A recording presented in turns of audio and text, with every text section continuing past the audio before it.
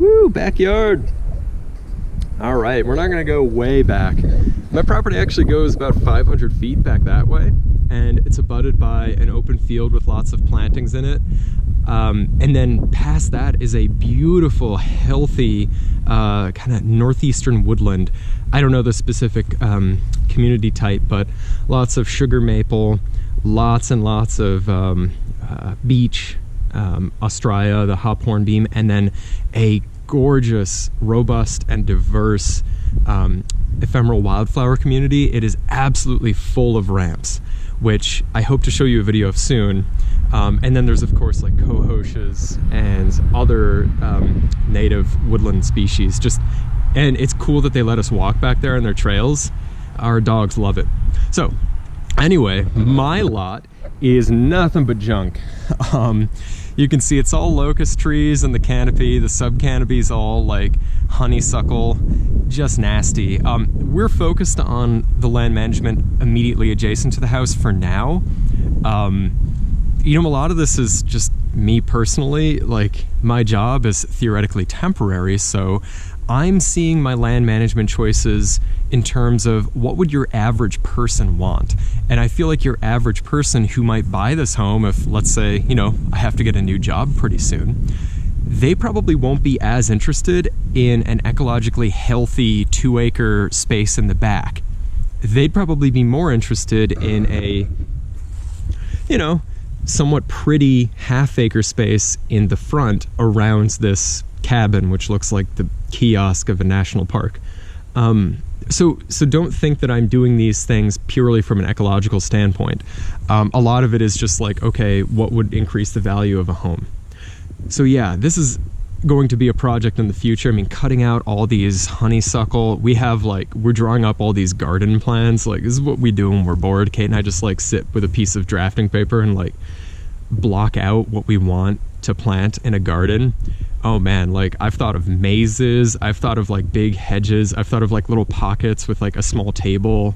Oh, it's so much fun. But anyway, I digress. We're not talking about that area today, even though we just spent a few minutes doing so. We're going to talk about just this area right here. You can see there's almost kind of a trail that goes back into the woods there. We've lined it on this side with a river birch, gift from Dr. Leopold. And up on this pile of remains, when they excavated the pond, I'll show you in a moment, this is another gift from Dr. Leopold. It's a hybrid between a couple birches. You know, I forget. I think it's actually a hybrid of Betula pumila and Betula papyrifera, but it could be Betula alleganiensis. You know, I'm not sure.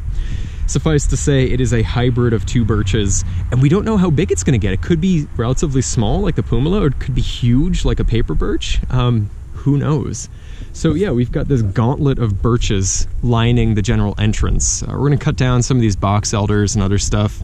All the stems you see, that's all Canada goldenrod. It is just a complete fill of Canada goldenrod going back there. It's like impassable if you don't cut a trail in. And again, like, although a lot of species use goldenrod, I do want more diversity, so there's pollen available earlier in the year too. We're going to slowly start just cutting some of that away and introducing really hardy flowering shrubs that can tolerate like relatively low maintenance, you know, just like weeding a couple times a year, because Canada goldenrod are aggressive. You gotta really maintain plants nested in Canada goldenrod. So we're working on that. Yeah. So yeah, check out some of these plantings here. Depending on what order you watch these videos, you might see some stuff from the front, and know that these landowners, whoever built this cabin, was going for like a faux mountain cabin look. We've got blue spruce there. You can see the golden cones up top there. Another blue spruce back there. A couple Mugo pines.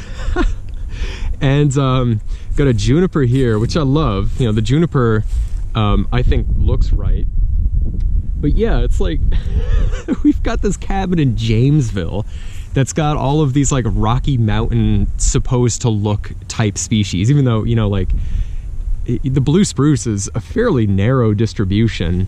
Most people think of the spruces they see in the Rocky Mountains. They're thinking of Engelmann spruce. But anyway, it's just like, as a plant person, it's really cute.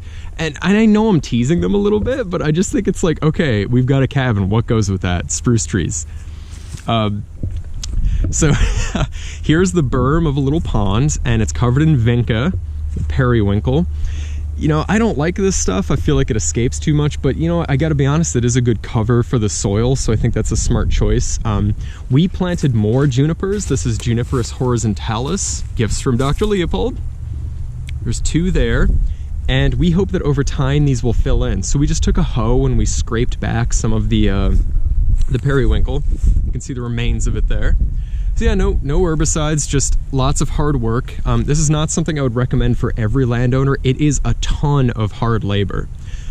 Kate and I do this as a form of exercise. So you've got to be realistic about the amount of work you're expecting from people if you give these recommendations. If you've got a couple that's really busy, they don't have time to take a hoe and spend an hour, you know, exerting themselves, ripping out all these thick vines. So think about that.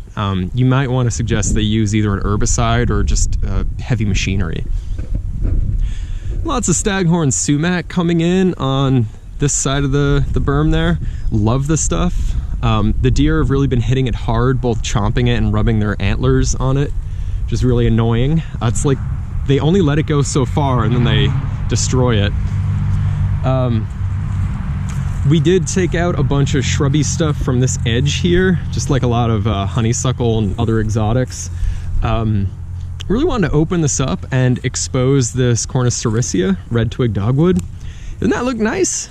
There's lots of great herbaceous things that come up, boneset, Joe Pye weed. So this looks a lot fuller in the growing season, but I would love to see more of this sericea dogwood and other dogwoods. I think gray dogwood would look nice, but it's a little too shady. Yeah, it's a nice spot. Thinking about, what about red buckeye? Because I've got a bunch of seedlings of those. I could see it going right in there. Yeah. Whoops, yeah. I'm gonna get distracted. So, yeah, this is a berm, and I'm gonna slowly walk over here. I've pointed out in separate videos, but see the yellow flowers? All the coltsfoot's starting to flower. Oh, good fun. All right, so check it out. I've got a pond. Yeah. This pond is covered in cattails. And there's this old, geez, that thing is just falling apart. This old viewing platform. I'd love to replace this because what an awesome spot to sit and listen to the frogs. There are frogs in here. We get, of course, pond frogs, but we get wood frogs that breed in here. I was hoping to be able to find some egg masses. I just couldn't yet. I have found them in years past. But it's so cool to have a pond where wood frogs breed, right? There are a few things we're trying to do to improve it. Like, look at how steep the banks are. There's only a few areas where it's easy to get in. I think it would be nice to grade out a couple of them just slightly. There were huge cottonwoods growing on that berm there, which we had to cut down because, you know, eventually those trees are going to die and take a huge ball of soil up with the roots if they fall over. And that area the berm is pretty thin, and that could rip open the pond, which we do not want. Yeah, this is our frog pond. I'm very proud of it. This is a low priority in terms of management. We've pretty much just let it go, aside from cutting large trees off of the berm. Soon, we want to start getting in there and pulling out sections of cattail and putting in higher value pollinator species like pickerel weed. I could see pickerel weed being on this left side, which is sunnier, and then over on the much shadier side, over on the right, where those fallen logs are, I'd love to plant a bunch of lizard tail. Great aquatic plant that can tolerate full shade. So we've got big plans for this area, but that's maybe next year.